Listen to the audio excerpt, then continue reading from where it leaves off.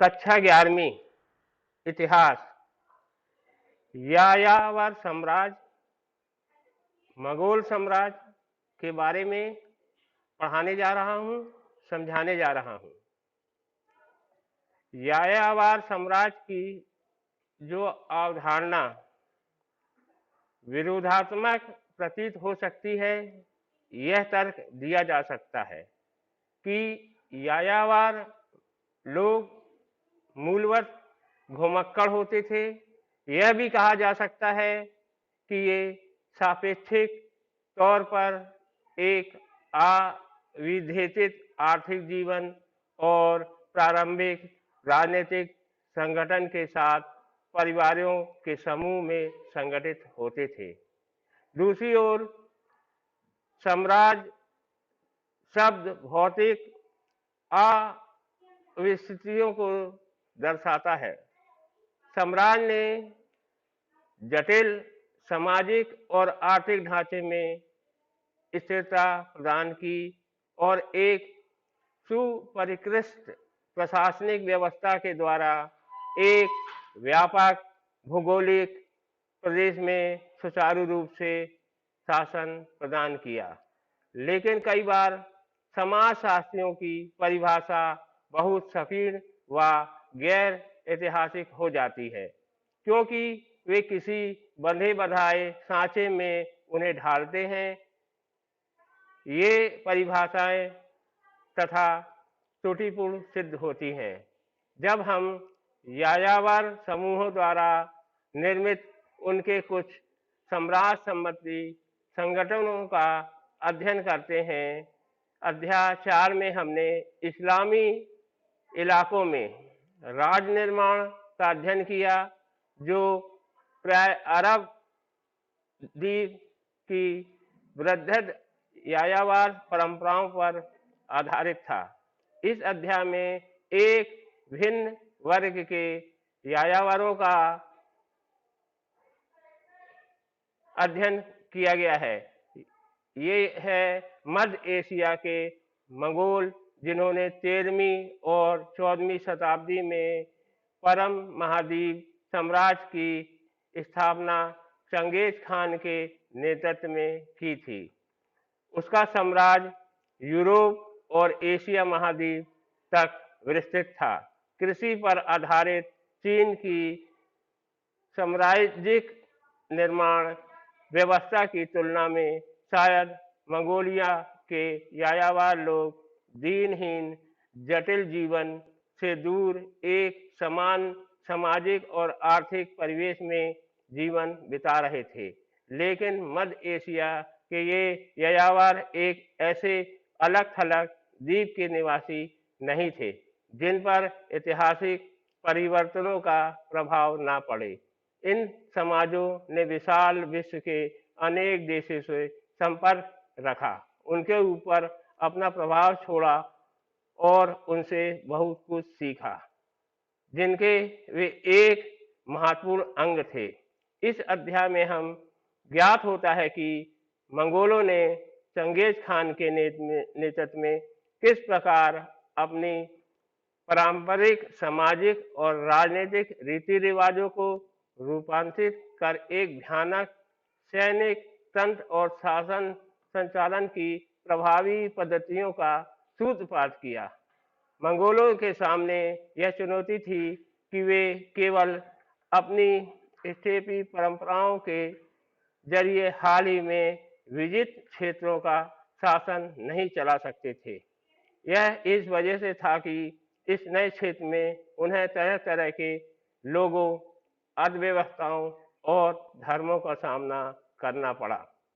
अपना यायावर साम्राज्य बनाने के लिए उन्हें नए कदम उठाने पड़े और समझौते भी करने पड़े। इस साम्राज्य का यूरेशिया के इतिहास पर गहरा प्रभाव पड़ा और इसने मंगोलों के समाज के चरित्र और संरचना को हमेशा के लिए बदल दिया।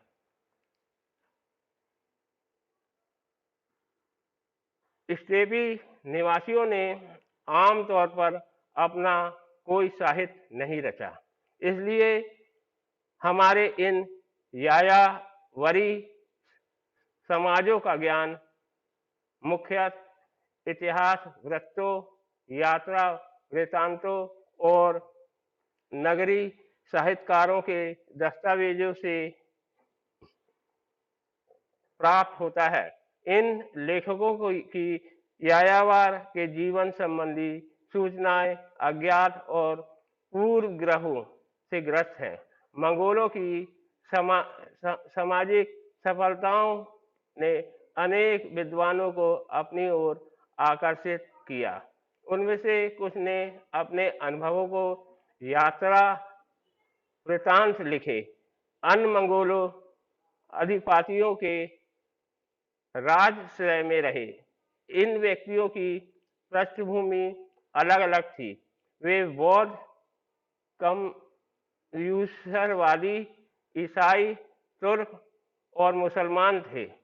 यद्यपि इन लोगों को मंगोल रीति रिवाजों का ज्ञान नहीं था।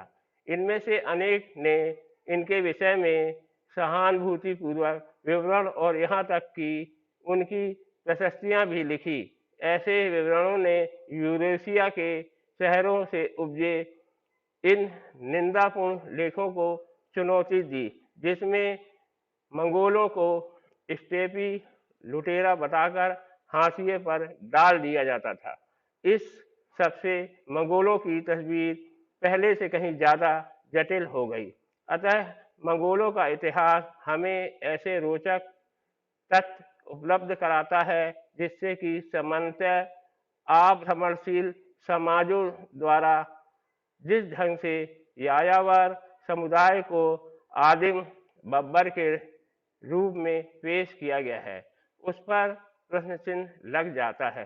संभवतः मंगोलों पर सबसे बहुमूल्य शोधकार 18वीं और 19वीं शताब्दी में रूसी विद्वानों ने उस काल में किया था जब जार शासक मध्य एशियाई क्षेत्रों में अपनी शक्ति को मजबूत कर रहे थे। ये कार्य औपनिवेशिक वातावरण में हुए, जो प्राय हमें सर्वेक्षण टिप्पणियों के रूप में मिलते हैं। इन यात्रियों, सैनिकों, व्यापारियों, पुराविदों ने तैयार किया था। प्रारंभिक 20वीं शताब्दी में इस क्षेत्र में सोवियत गणराज्य के विस्तार के उपरांत नवीन मार्क्सवादी इतिहास लेखन में यह तक प्रस्तुत किया गया कि प्रचलित उत्पादन प्रणाली सामाजिक संबंधों की प्रकृति को निर्धारित करती है। इसने चंगेज खान और उभरते हुए मंगोल साम्राज्य को मानव विकास की उस संक्रामक व्यवस्था के दायरे में रखा जिसमें जनजाति उत्पादन प्रणाली से सामंती उत्पादन प्रणाली की ओर परिवर्तित हो रहा था। ये परिवर्तन सापेक्षिक रूप से एक वर्गविहीन सामाजिक व्यवस्था से उस सामाजिक व्यवस्था की ओर हुआ जिसमें कृषक, भूस्वामी और लाट के बीच में एक विशाल अंतर पाया गया। इतिहास की ऐसी निर्धारित व्याख्या का अनुसरण करने पर भी मंगोल भाषाएं उनके समाज और संस्कृति पर अति उत्तम शोध बोरिस याकोवालिच, क्लाइमिदीवाच जैसे अन्य विद्वानों ने दूसरे अन्य विशाल वेस्ली ब्लोदिमिच वारटोल्ड ने सोवियत विचारधाराओं का समर्थन नहीं किया।